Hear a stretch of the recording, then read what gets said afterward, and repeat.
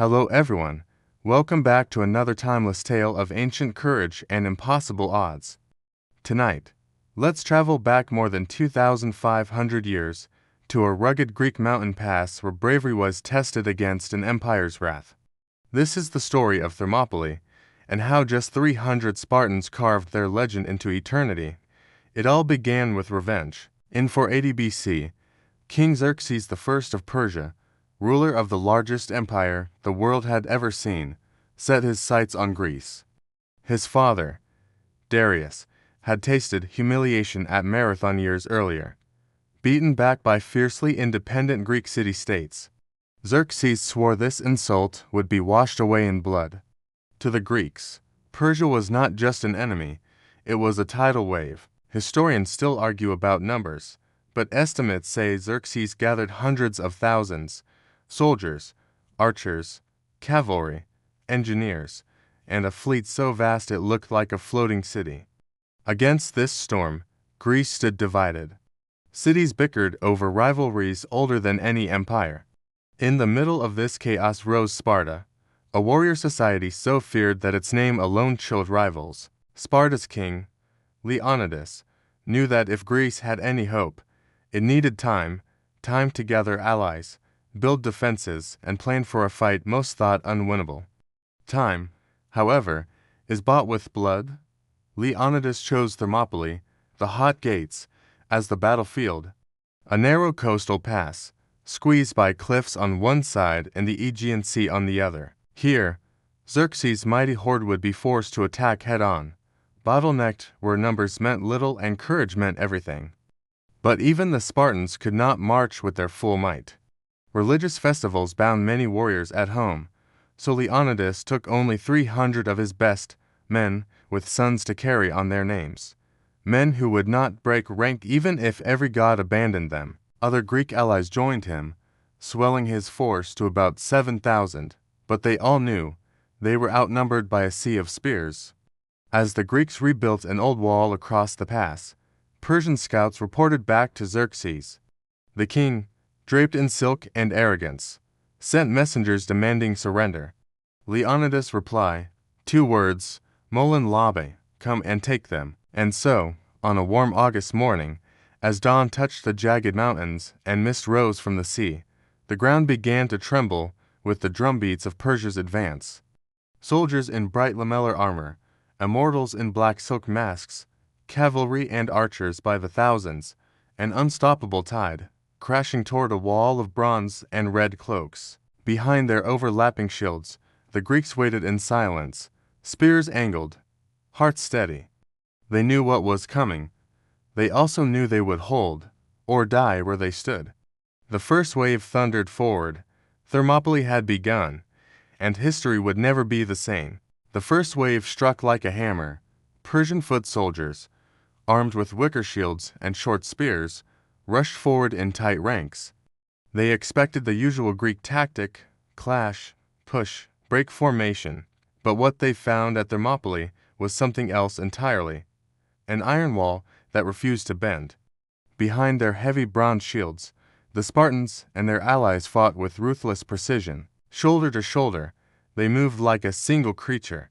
Step forward, thrust the spear, step back, let the next man stab.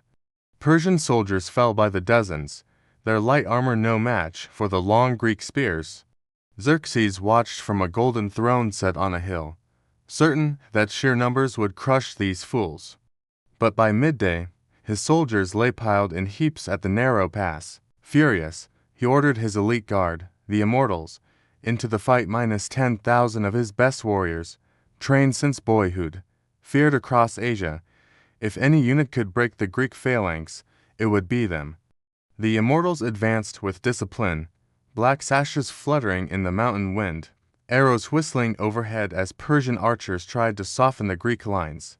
But in that narrow throat of rock and sea, numbers meant nothing. The immortals slammed into the wall of bronze and shattered like glass.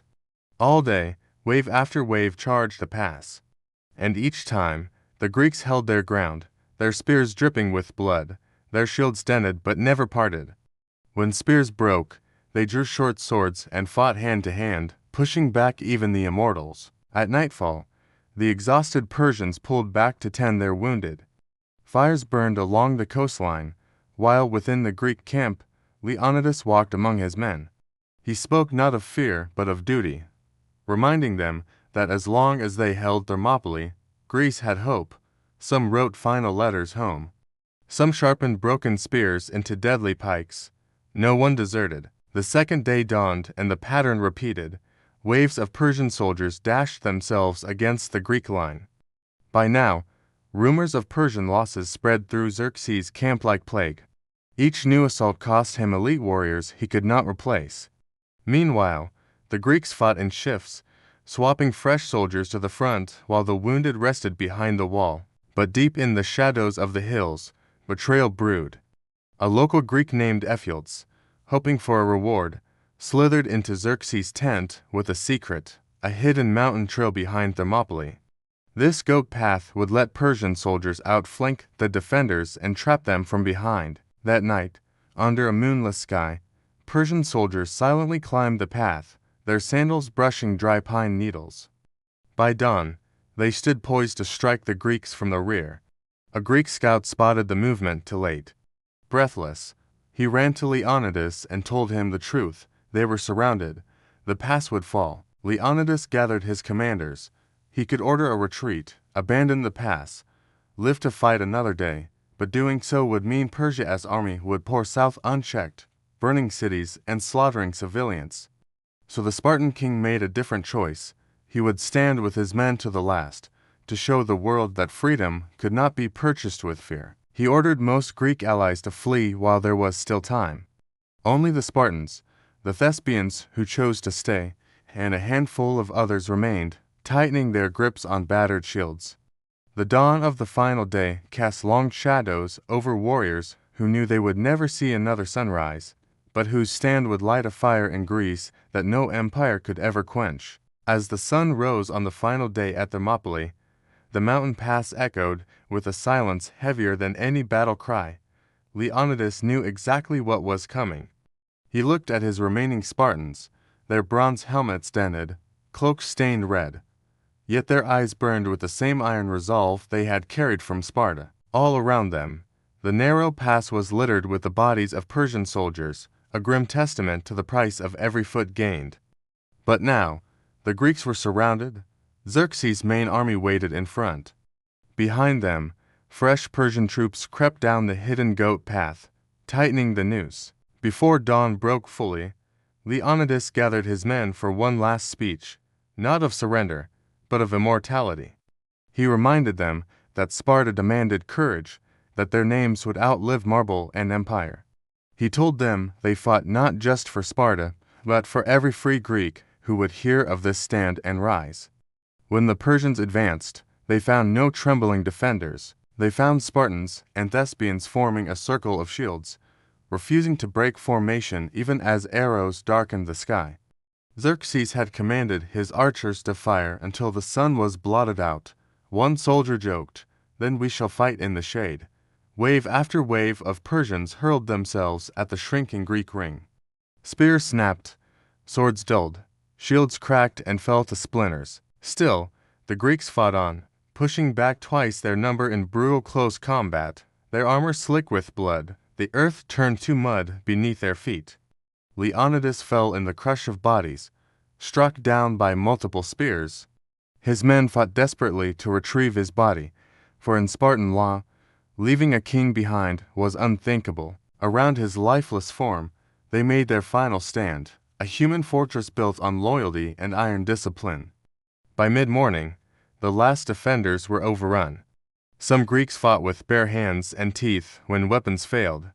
When the Persian general ordered a final volley of arrows, it was not for victory, it was to erase the last defiant souls who still stood. When silence finally returned to Thermopylae, the Persian dead lay in mountains around the fallen Greeks. Xerxes had won the pass, but not the submission he craved.